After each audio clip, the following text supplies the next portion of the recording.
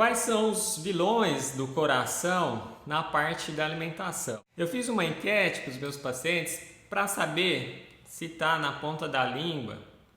Na alimentação, qual grupo alimentar que tem que ser eliminado completamente da dieta? E poucas pessoas acertaram, pouquíssimas pessoas acertaram. Então vamos ver esse vídeo?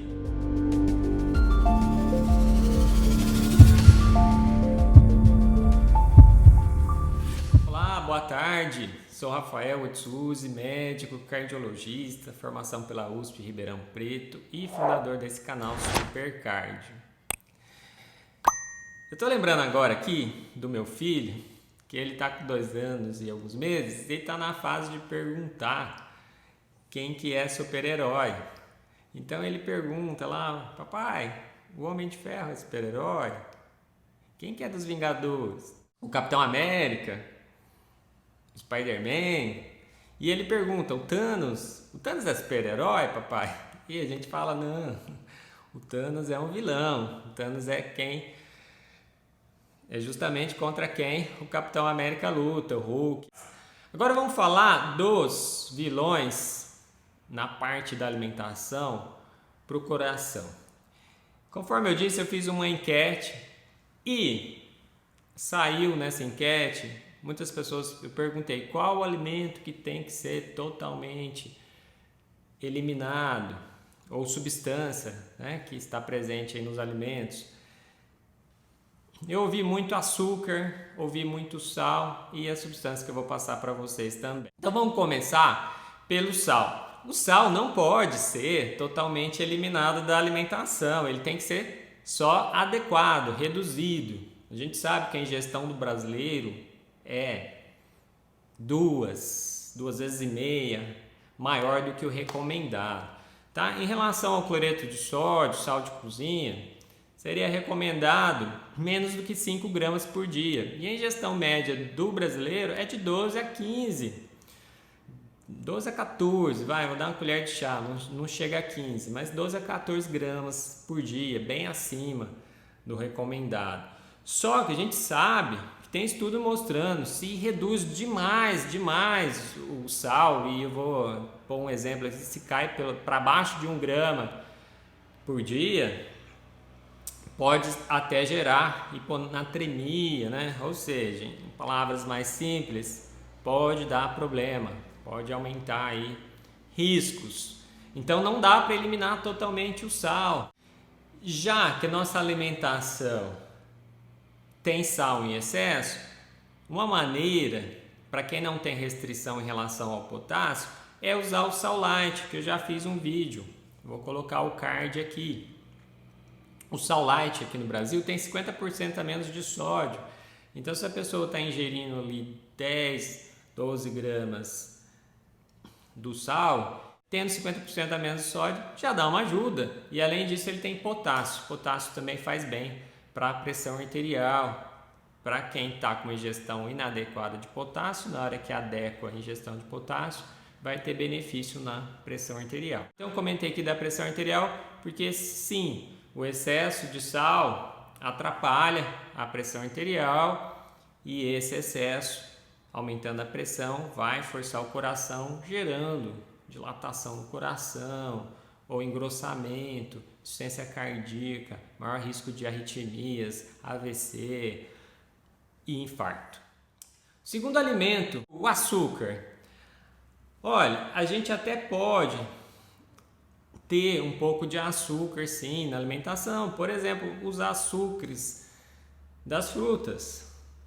A gente sabe que o excesso de açúcar vai gerar resistência à insulina, vai forçar o pâncreas ali, pode dar ganho de peso, aumentar triglicéridos, inflamar o organismo, e eu posso entrar um pouquinho mais de detalhes nessa questão.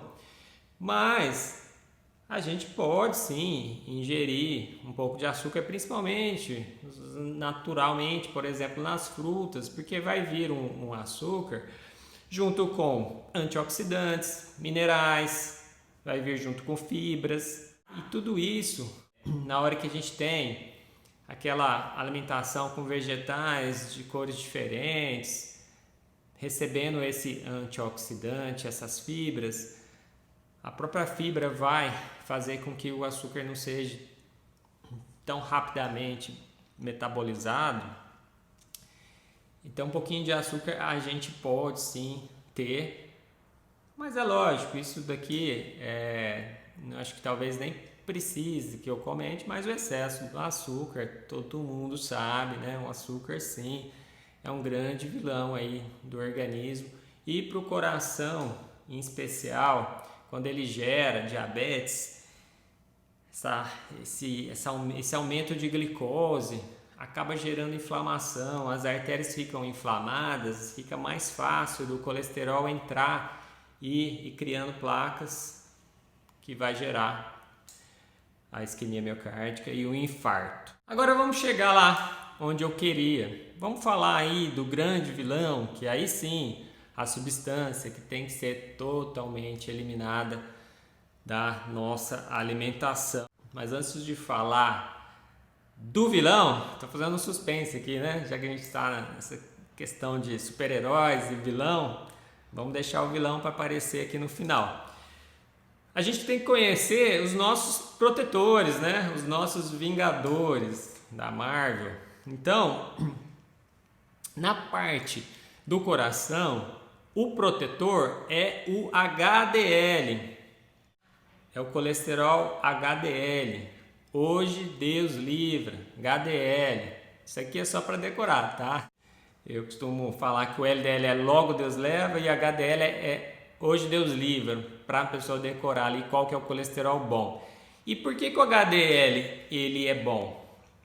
A gente falou que o açúcar inflama o organismo. Na diabetes, essa inflamação favorece ali, por exemplo, o colesterol entrar nas artérias. A própria pressão arterial também, né, machuca ali o endotélio das nossas artérias, favorece o colesterol entrar, assim como o cigarro.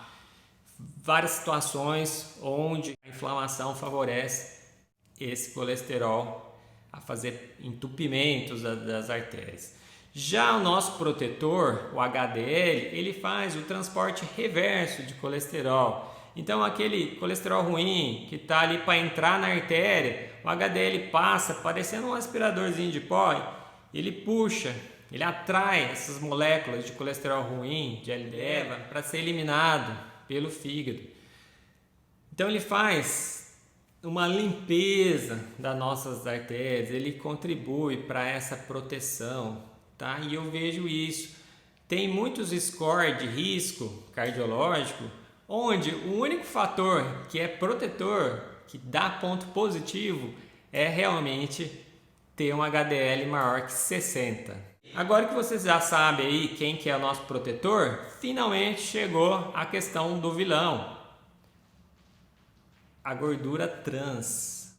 A gordura trans é uma gordura que normalmente não existe de forma natural, pelo menos não nessas quantidades grandes.